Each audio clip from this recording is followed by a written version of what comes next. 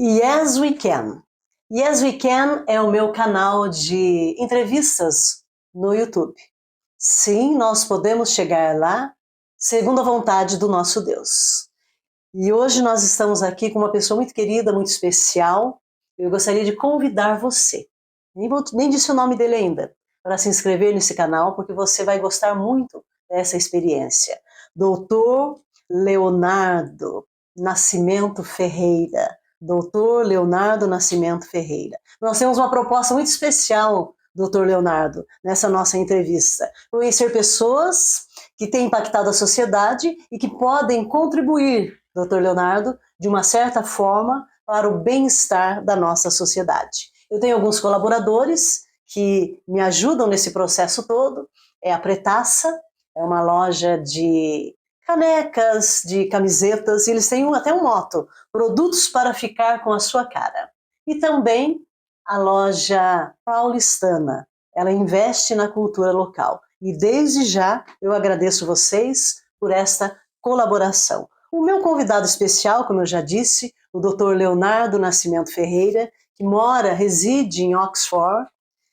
Eu dou boas-vindas a você, ao Dr. Leonardo Nascimento, bacharel em Ciência da Computação pela Universidade de Lavras, mestre e doutor em Ciência da Computação pela Universidade de São Paulo, pós-doutorado no INPE aqui no Brasil, no Max Planck Institute for Human Development em Berlim, na Alemanha, na Universidade de Oxford, Inglaterra. Ele é pesquisador visitante no Northwestern University, em Illinois, em USA, e no Potsdam Institute for Climate Impact Research, na Alemanha, e na Humboldt University of Berlin. Casado com a Nicole Costa Rezende, tem uma filhinha, a Helena, de 2 aninhos, que nasceu na Alemanha. Ele é filho do senhor Ludgero Ferreira Júnior, conhecido por nós como Lelo, e da Silvana Costa do Nascimento Ferreira. E hoje ele vai nos contar um pouco da sua experiência. Nós estamos em Apiaí, uma cidade do interior do estado de São Paulo, e ele está lá em Oxford, longe de nós, e vai hoje compartilhar conosco algumas lembranças. Seja muito bem-vindo, doutor Leonardo, e eu gostaria de ouvi-lo. Natural de Itapeva. Isso. Bom, primeiramente, muito obrigado pelo convite. É sempre um prazer poder conversar com pessoas de Apiaí, que é uma cidade que eu nasci. Na verdade, eu nasci em Itapeva, mas eu sempre me considerei cidadão apiaense, porque eu só nasci, tecnicamente eu só nasci em Itapeva e morei um dia lá e já cresci em Apiaí. E, por favor, não doutor Leonardo, só Léo, o mais simples que eu gosto muito desses títulos. Só Léo, Leonardo, tá ótimo para mim. Na verdade agora são umas questões, eu moro em Londres agora e eu viajo para Oxford para trabalhar lá. E é isso, é um prazer estar aqui e obrigado pelas palavras.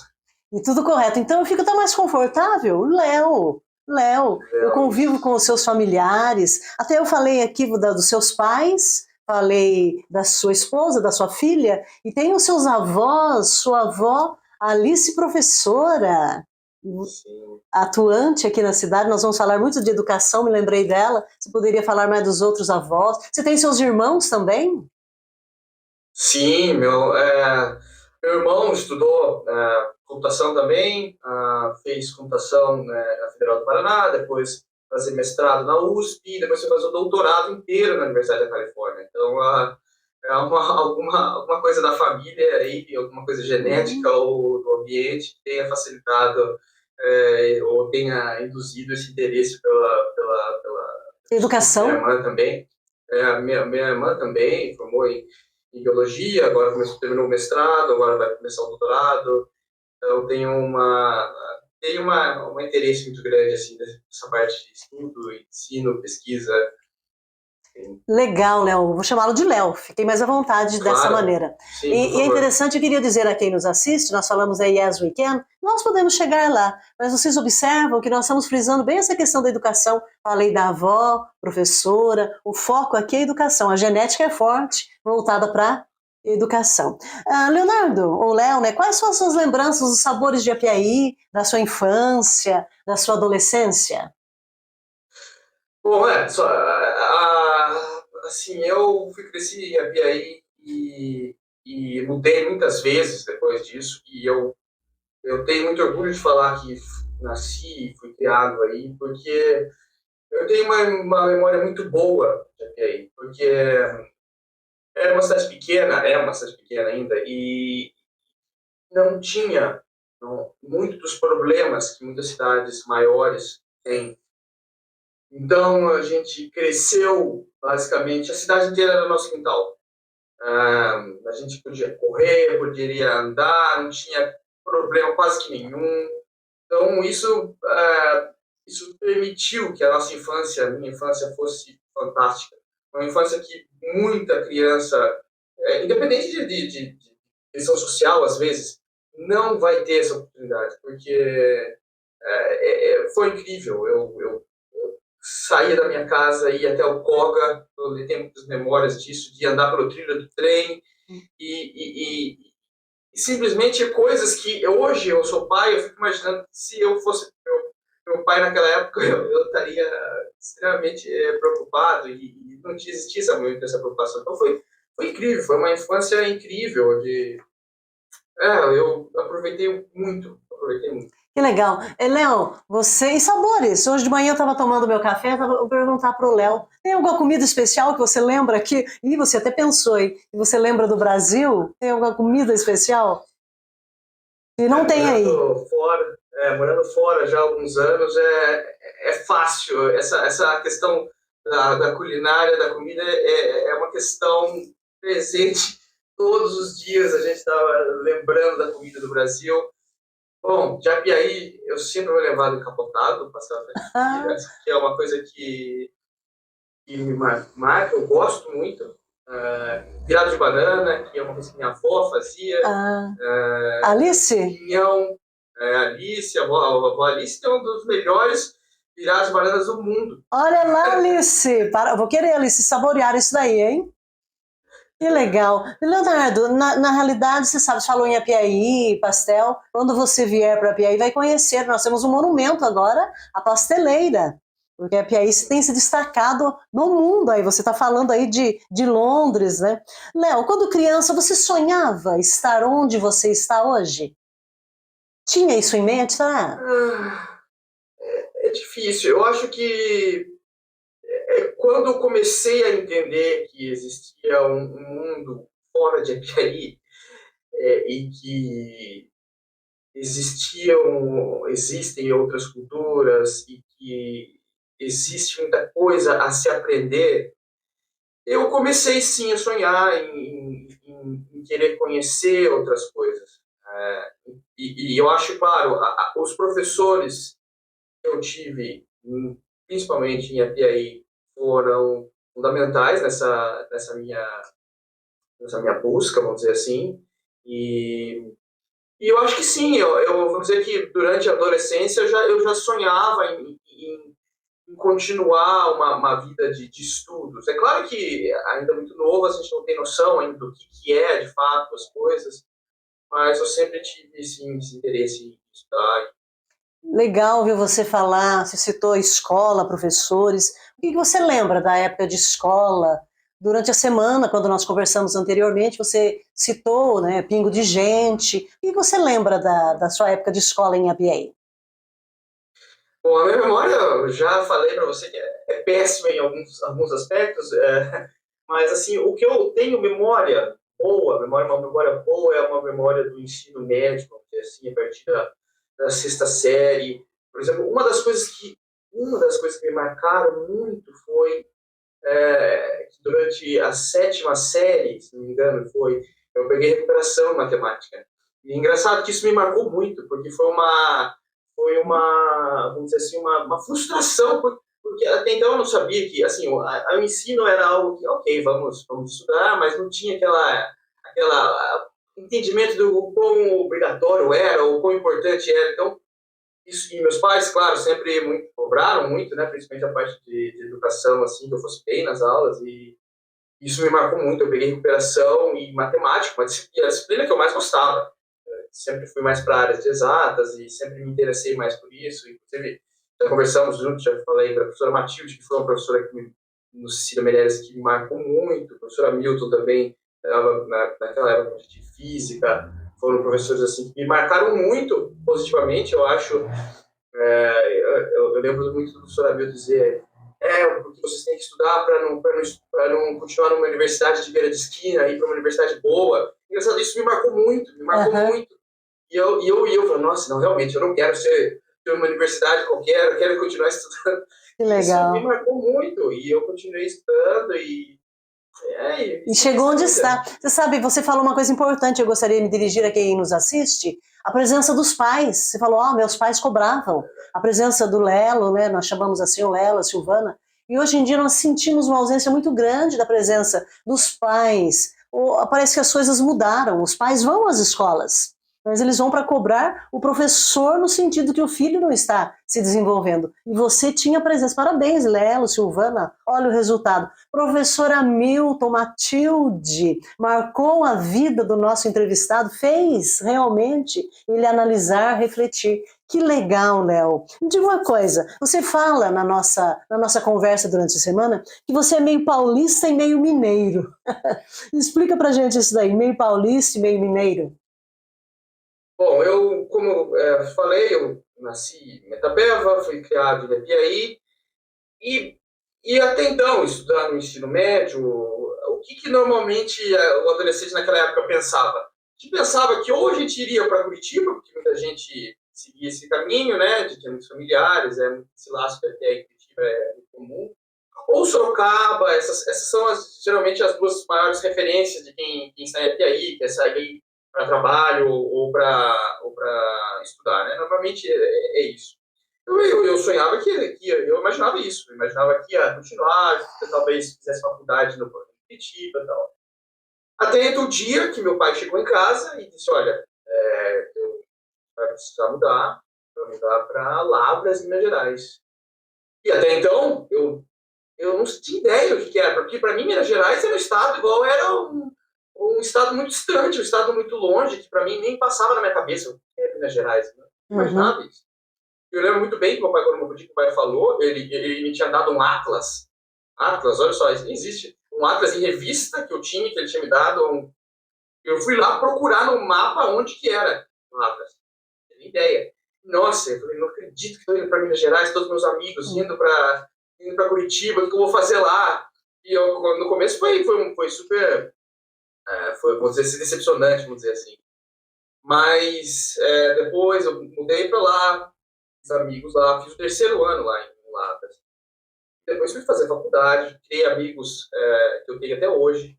Eu me considero mineiro porque eu amo aquele estado. Eu acho um estado incrível, as pessoas são incríveis, sempre muito amigáveis.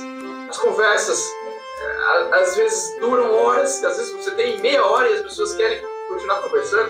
Por isso que eu adoro conversar e sabe, eu amo tanto o estado, tanto São Paulo, quanto tenho uma lembrança boa, mas também o estado de Minas Gerais. Então você ficou assim meio que dividido. Olha aí, os amigos do Léo, né, que vão estar assistindo, o coração dele fala mais alto, lembrando dos amigos de Apiaí e dos amigos lá de Lavras. E foi lá, como você me disse também na nossa conversa anterior, terminando a faculdade em Lavras, né, de Ciência da Computação, e você é bacharel nessa área, fez, né, o bacharelado lá, e você conheceu a inteligência artificial no último ano? Foi.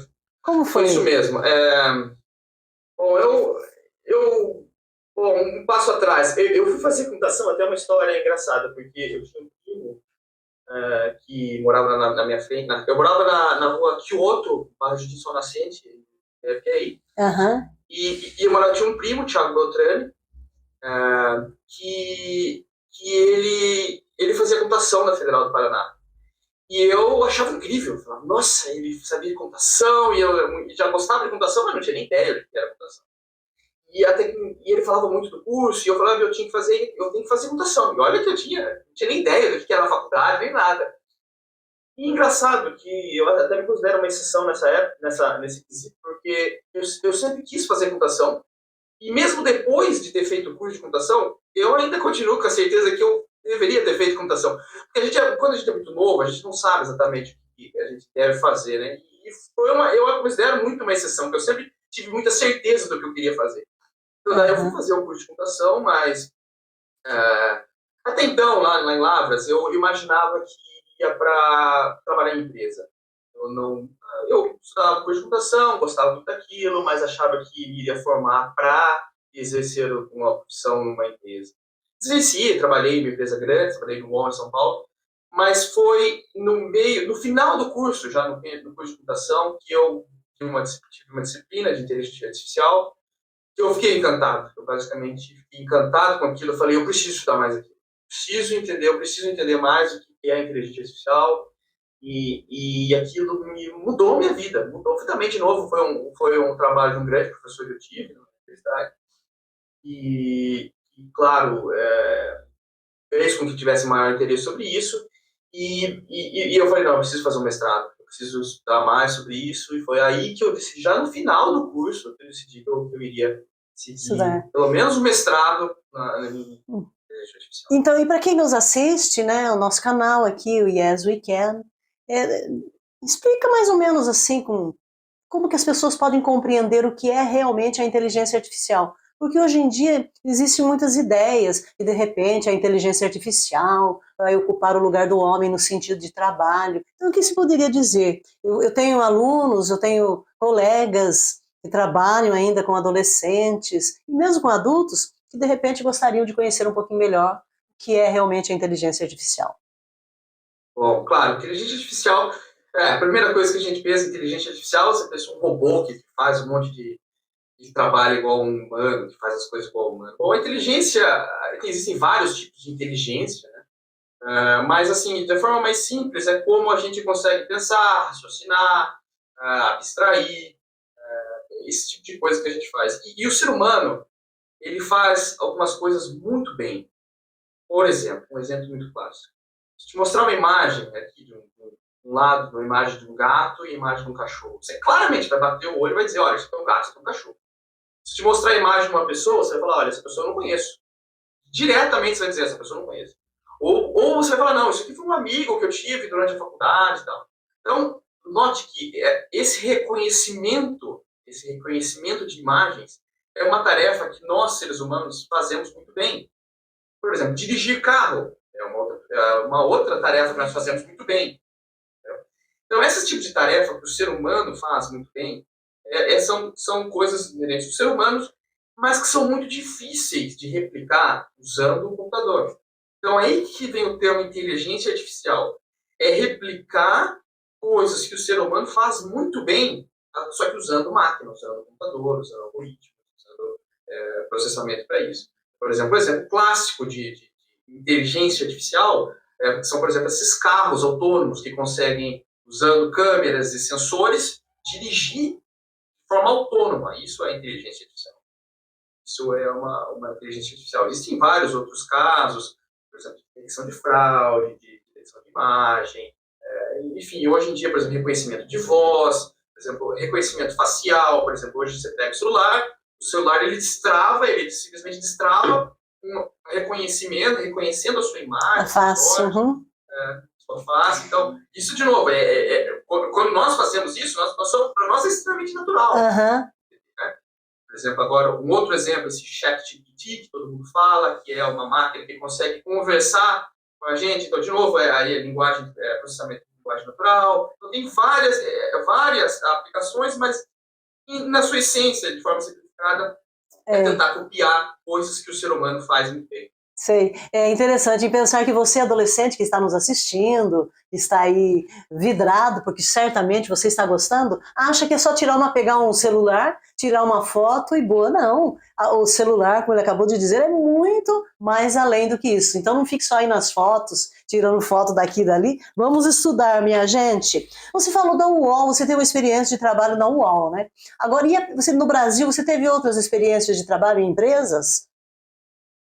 Bom, durante a graduação, eu trabalhei num laboratório de pesquisa que era, basicamente, assim, vamos dizer, mesmo sendo dentro da universidade, ele tinha um caráter mais, assim, de empresa, onde desenvolvia software, principalmente para o estado de Minas Gerais. Então, apesar de ser uma coisa universitária, tinha uma pegada, vamos dizer assim, mais de empresa. Trabalhei como estagiário numa empresa, Lavras, também, ganhando, na época, R$ 500, que era assim, eu comecei ganhando é super pouco, mas foi um aprendizado incrível.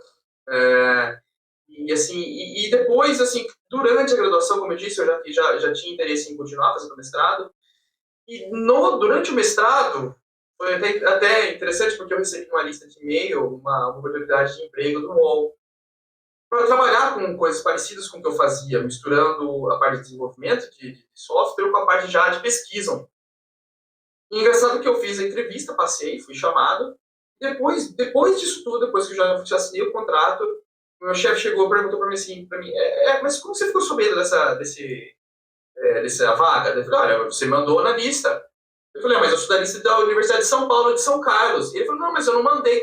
Ele falou, nossa, eu acho que eu mandei de forma enganada, eu me enganei então, eu não era para ter mandado lá. E daí eu descobri que foi basicamente uma sorte, assim, um acaso que me levou a trabalhar, a conseguir a vaga, né? Senão provavelmente eu não teria nem escutado a vaga, mas fui trabalhar lá, morei em São Paulo quase 2 anos, trabalhei lá.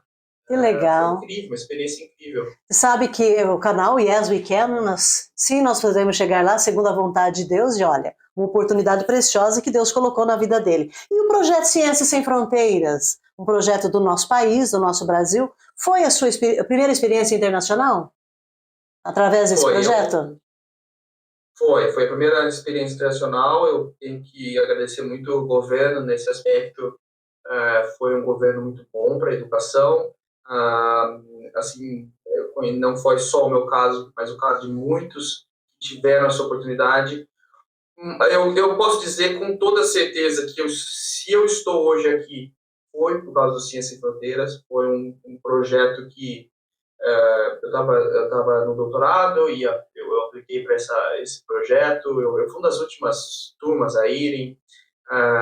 E eu me lembro muito bem que quando eu estava lá em Evanston. Evanston é uma cidade colada de Chicago, então é região metropolitana de Chicago.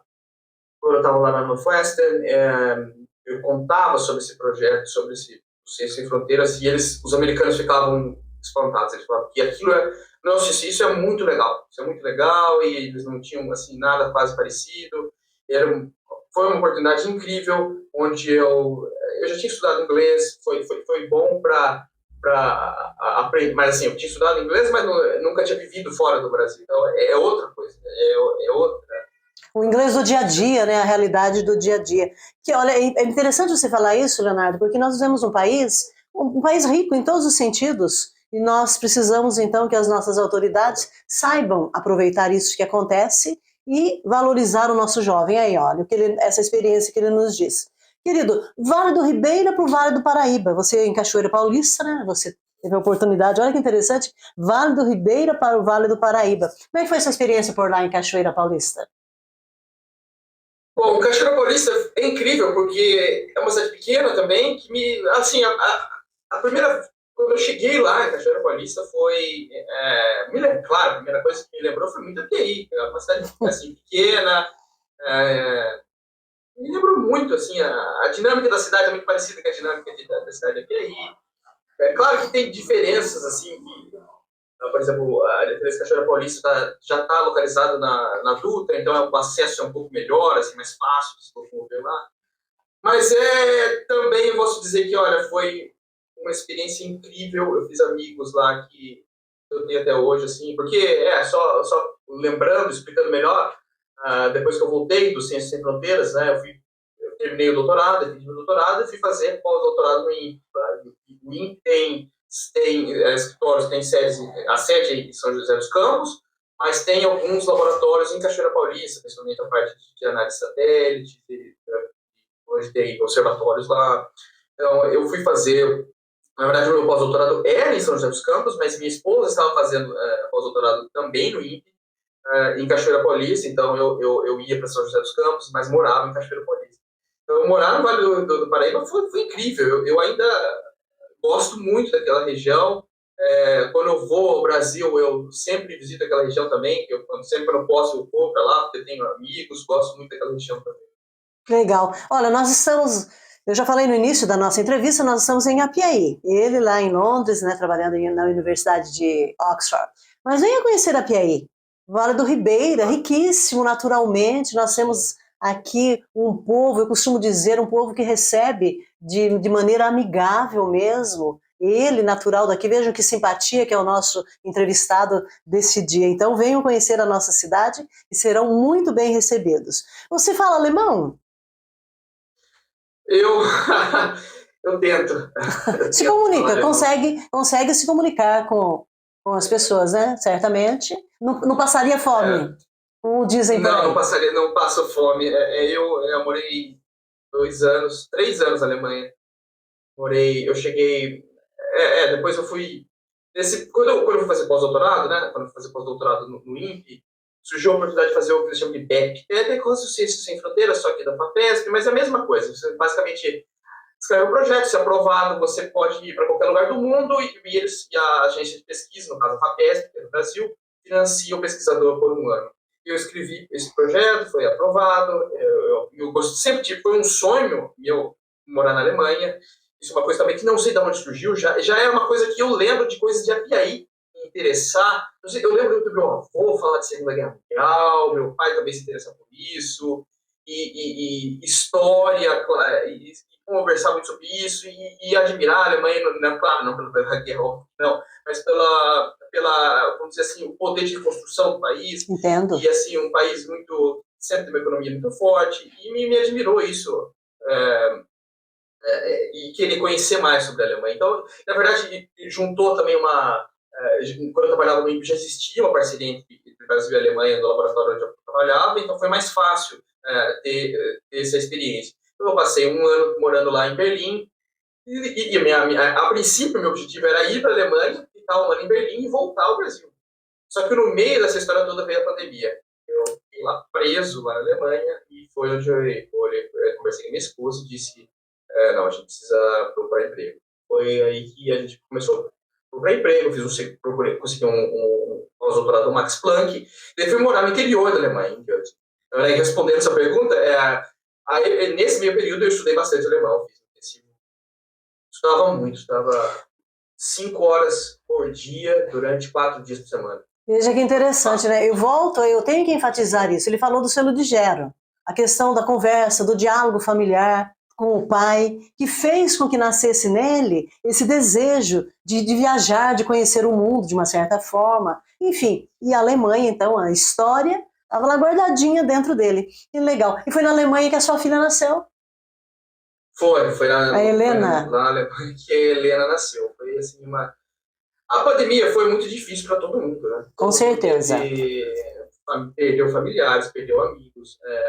Uma época muito, um estresse muito grande. Então, a chegada da minha filha naquele meio daquela tempestade foi uma coisa incrível para nós, assim, para mim, para minha esposa. Eu acho que foi uma reviravolta boa, porque a gente estava basicamente na Alemanha, preso lá, porque, assim, com medo das coisas que estavam acontecendo no Brasil, e medo de todo mundo, mesmo nossos pais, medo de perder familiares, e o pós-doutorado já é uma fase meio complicada da vida, porque você está ali de forma temporária e tal, então existe um certo estresse muito grande, mas a chegada da Helena foi incrível. Foi uma benção, podemos dizer, foi uma benção de Deus na sua vida. Pós-doutorado no Max Planck Institute. Uau, olha isso, um dos melhores institutos de pesquisas do mundo. 2 anos, né, que você falou em Berlim. Como é que foi estar por lá, especialmente nesse local? Na verdade, eu morei 1 ano em Berlim, depois fui morar 2 anos em Göttingen, que é uma cidade bem perto de Hannover, bem no centro da Alemanha, bem na região central, da Baixa Saxônia.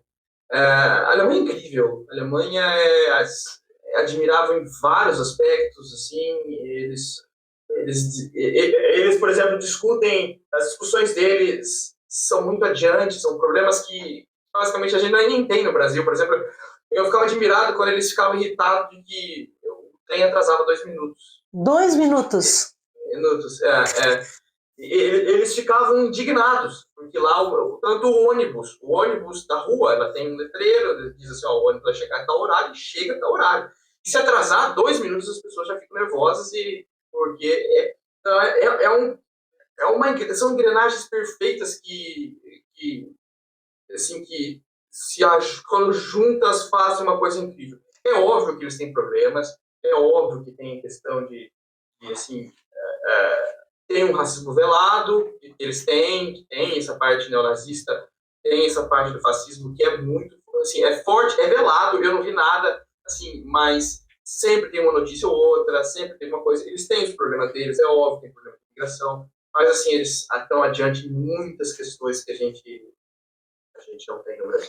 Sabe, você falou da questão, né, do cumprimento de horário. Eu acho que nós, brasileiros, né, pelo menos, eu ainda atuo, Leonardo, como professora, eu trabalho com inglês particular, e enquanto trabalhava na escola pública matemática, fui aluna também do professor Hamilton. Olha, aquele abraço, professor, o senhor sabe do meu carinho. E o que sou de professora, que fui de professora de matemática, ele sabe. Ele foi uma influência fundamental na minha vida. Mas eu estou falando na questão do horário.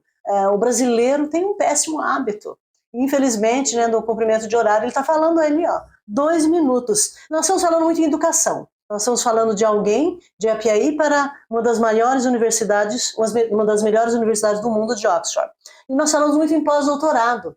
E qual a diferença do pós-doutorado no Brasil e do pós-doutorado na Europa? Como que é encarado? Como é visto isso?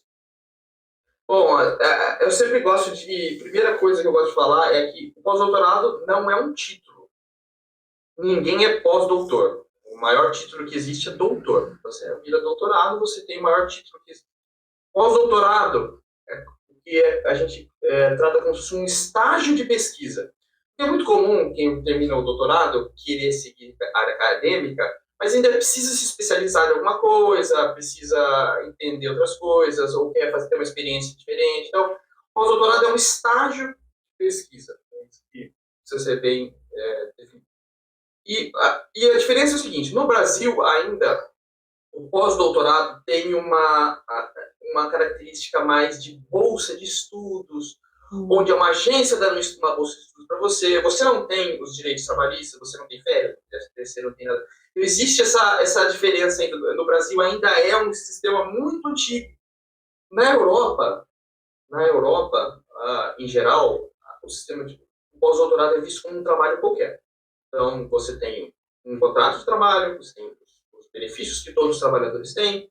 Então, é um trabalho qualquer. Um trabalho que você tem as vantagens e os benefícios e as desvantagens, vamos dizer assim. As obrigações do trabalho normal. Uhum. Então, tem férias, tudo normal. Entendo. Então, essa é a grande diferença entre Brasil e Europa. E é bom que quem nos assiste, yes, we can, você pode chegar lá, mas você está vendo que é uma vida de estudo, é uma vida de leitura, é uma vida de dedicação.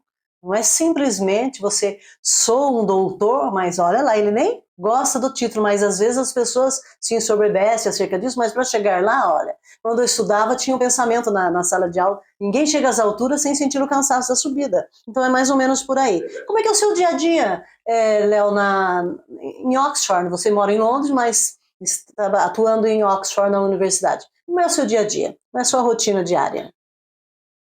Bom, eu sou um pesquisador. Eu gosto de deixar claro que eu sou um pesquisador, apesar de sempre estar envolvido em ensino de uma forma ou outra, porque uma das principais tarefas do pesquisador, além de fazer pesquisa, é de divulgar a pesquisa que faz. Então, de forma ou outra, a gente está ou orientando alunos de forma indiretamente, ou apresentando trabalhos científicos, ou sempre divulgando. Então, a gente não está na sala, às vezes não está na sala de aula fazendo uma apresentação, ensinando uma determinada disciplina, mas a gente está sempre ensinando conteúdos específicos. Eu sou um pesquisador e a vida como pesquisador é uma vida estranha, é difícil, porque é uma vida onde você tem que estar muito sujeito a falhas. Essa é a principal característica do pesquisador. Por quê? Porque a gente sempre está tentando resolver um problema científico, e na maioria das vezes a gente está tentando soluções que a gente pensa, e na maioria das vezes elas não funcionam, porque ciência é uma coisa difícil, existe. Então, isso é uma característica muito grande. Então, meu dia a dia é basicamente ler, eu leio muito todo dia, eu preciso ler desde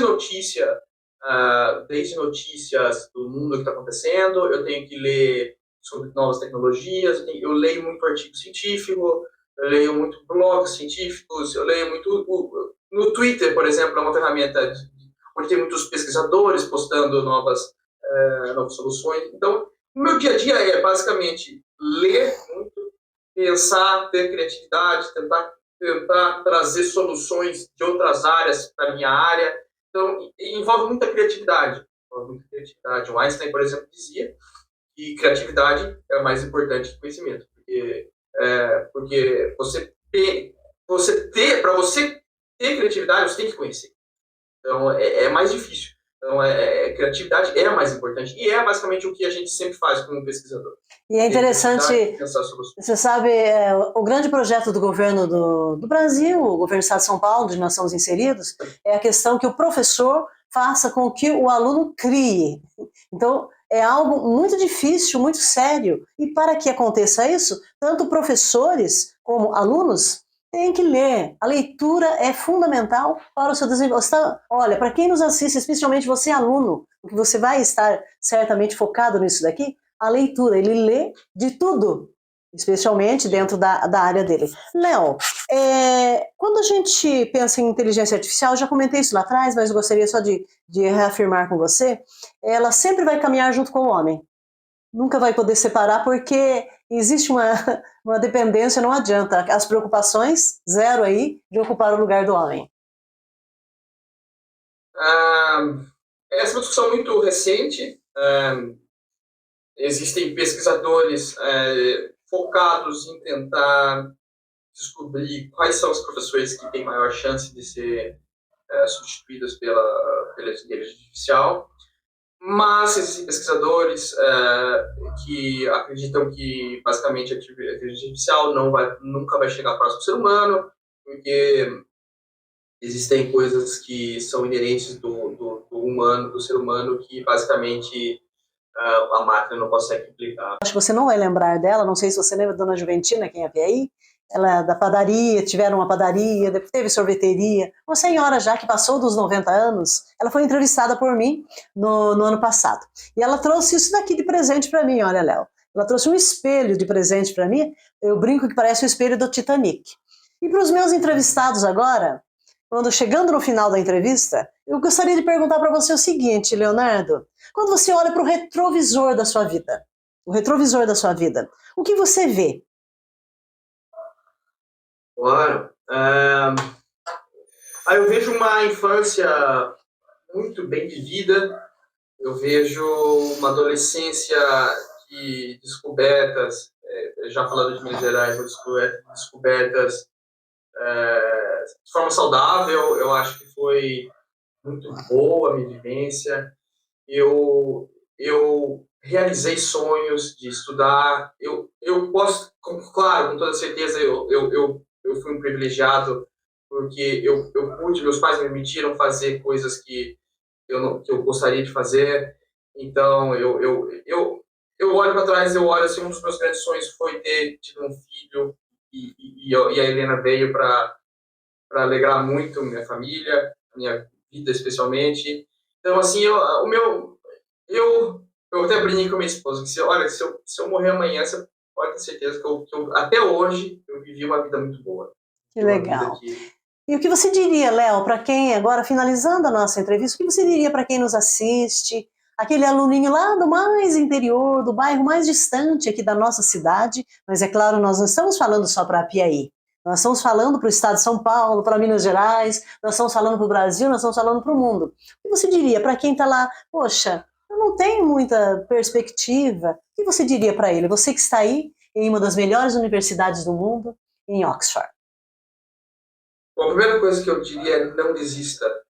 Lute atrás dos interesses, mas nunca se esqueça que o caminho é árduo, não é fácil. As coisas não vêm de forma fácil. Precisa estudar, precisa se dedicar em qualquer área. Não adianta querer ser mais ou menos. Você precisa querer ser o melhor. E é sempre isso, lutar, desenvolver, que no fundo sempre você vai conseguir. Eu sei que existem dificuldades, eu sei que existem questões sociais muito difíceis, existem formas de acesso que é muito complicado, mas não desista. A internet hoje, por exemplo, é uma excelente ferramenta. Hoje você pode aprender o que você quiser na internet. Na minha época não existia que estar lá, a internet estava começando, mas não existia tanto conteúdo. Então, procure, corra atrás, converse, use essa ferramenta incrível que é a internet para aprender, para o bem, e não desista. Corra atrás, que sempre é possível. Eu nunca imaginava de forma alguma que um dia eu estaria aqui, nunca. Eu achava que era uma coisa impossível estar em Oxford, mas depois de com muito estudo, muita dedicação, e olha que eu gosto de deixar bem claro, eu fiz doutorado, mas eu não me considero uma pessoa inteligente. Eu me considero uma pessoa muito esforçada que aprendeu a estudar. Eu gosto muito desse termo. Eu aprendi a estudar. Eu aprendi a correr atrás, entender e saber o que eu precisava para ir para o próximo passo, ir para o próximo passo. E aprendi a estudar. E foi isso que me trouxe até aqui. Não desista. Legal. Nós focamos em educação. A vida acontece através da educação. E você me falou da sua primeira professora, quando nós conversamos, a Eubelina. Professora Eubelina. Como eu disse, minha memória não é das melhores naquela época. Eu lembro da Eubelina, que foi uma professora para mim, logo que eu saí do Pinto de Gente, eu fui para a primeira série no Gonçalves Dias. Eu acho que naquela época o Cecília ainda estava começando ia abrir, eu não lembro exatamente, e por isso eu fiz a primeira série no Gonçalves Dias, e foi a primeira professora. Tenho imagens, assim, eu tenho uma memória visual boa, eu tenho uma memória de sensações, tanto de cheiro e gosto, que é muito marcante para mim. Engraçado que eu lembro do gosto da comida. Engraçado que me lembra muito que eu era péssimo para comer. Eu comia muito mal e eu era enjoado pra caramba. Hoje eu sou o oposto, hoje eu como de tudo. Então, mas eu me lembro, eu consigo lembrar do gosto das coisas, eu lembro do cheiro. Uhum. E assim, é claro, a professora, era uma professora que ensinava matemática. Eu lembro de coisas de matemática, assim, básica. E é fundamental, não adianta. Professor é uma das profissões mais lindas, mais importantes que existe. Você sabe, Leonardo, eu estive no Canadá, e lá no Canadá, nas bibliotecas, a frase ensinar é a profissão que ensina todas as outras profissões. Então não adianta, você fala aí do seu olhar especial para a educação, a sua avó Alice, vamos voltar aqui a dizer, né? Sim, nosso respeito, claro. Alice, grande professora, e agora a Eubelina, que de uma certa forma, Eubelina, como professora, olha, fica aqui uma maneira até de homenageamos você, professora Eubelina, você, professora Alice, e todos os outros professores, e de uma certa forma, professor Hamilton, Matilde, e de uma certa forma influenciaram muito a vida desse nosso entrevistado neste dia tão especial. Leonardo, eu só tenho que agradecer. Primeiro eu quero agradecer a Deus. Yes, we can. Você pode chegar lá segundo a vontade do nosso Deus. A sua gentileza de estar conosco. Claro, nós estamos online. Eu aqui em Apiaí, ele lá longe, está em Londres, né? Em Oxford, onde ele atua. Há alguns problemas, às vezes, de imagem, conexão, mas a nossa mensagem, o nosso propósito, o nosso foco aconteceu aqui. Então, o meu muito obrigado a você. Agradeço também os meus colaboradores. Final de entrevista, que pena que você não está pessoalmente, mas quando você vier, eu faço questão de mostrar isso aqui a você, olha, especialmente. Você está a sua guardadinha aqui, hein?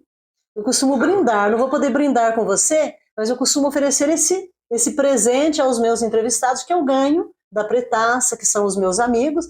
Então, de uma certa forma, nós estamos brindando aí, você com a sua caneca, mas chegando, vindo para o Brasil, você vai receber a sua aqui também. E os meus amigos da Paulistana, é uma loja que você não conhece ainda aqui, Leonardo, mas quando você vier, você vai ver, eles têm esse olhar para a questão cultural. Nós precisamos dessas pessoas olhando para nós. Leonardo, muito agradecida mesmo, muito obrigada por ter estado conosco, e agora então você pode se dirigir a eles, uma palavra de despedida, e fica aqui então a gratidão do Yes We Can.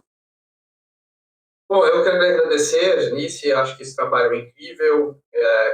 Desde o primeiro dia que você entrou em contato, eu falei que se eu puder, com essa entrevista, mudar a cabeça de um jovem que esteja ali inseguro se deveria se focar ou não em ensino, eu já vai ter valido muito a pena essa entrevista. Então, se você quer estudar, essa é a mensagem que eu digo, procure atrás, corra atrás, as pessoas aí de Jacareí, que você falou, que possam ajudar nesse aspecto, é sempre muito bom, porque o Brasil e o mundo só vão mudar com a educação. Todos os problemas da sociedade estão diretamente relacionados com a educação. Então, se a gente quer mudar a sociedade a longo prazo, a gente precisa exportar um esforço enorme na educação, melhorar cada vez mais a educação. E é isso, eu agradeço muito, claro, agradeço sempre a minha família, citou muito minha avó, que é a Alice, que é, com certeza, um espelho para todos nós, da minha família. Agradeço muito meus pais, eu gosto muito de citar aqui, eles, é óbvio que só por causa deles eu estive aqui, eu sei que tem muita gente que não teve a mesma oportunidade que eles puderam me dar, mas não desista, estude, corra atrás, e que é possível, e amanhã a gente vai estar conversando com outro estudante de API aqui em Oxford. Vai ser um orgulho. Eu gostaria de encerrar com uma frase de Maxwell. Ele diz o seguinte, que nós temos 2 dias importantes na nossa vida. O dia que nós nascemos e o dia que nós descobrimos para que viemos ao mundo. Que gratidão, olha, eu tenho que agradecer a Deus, volto a dizer, porque você descobriu por que você veio ao mundo. Você está fazendo realmente o seu trabalho e fazendo com muito amor. Tenha um excelente dia, um grande abraço para quem nos assiste e um grande abraço para você. Muito obrigada por sua participação. Muito obrigado. Eu que agradeço. Um forte abraço.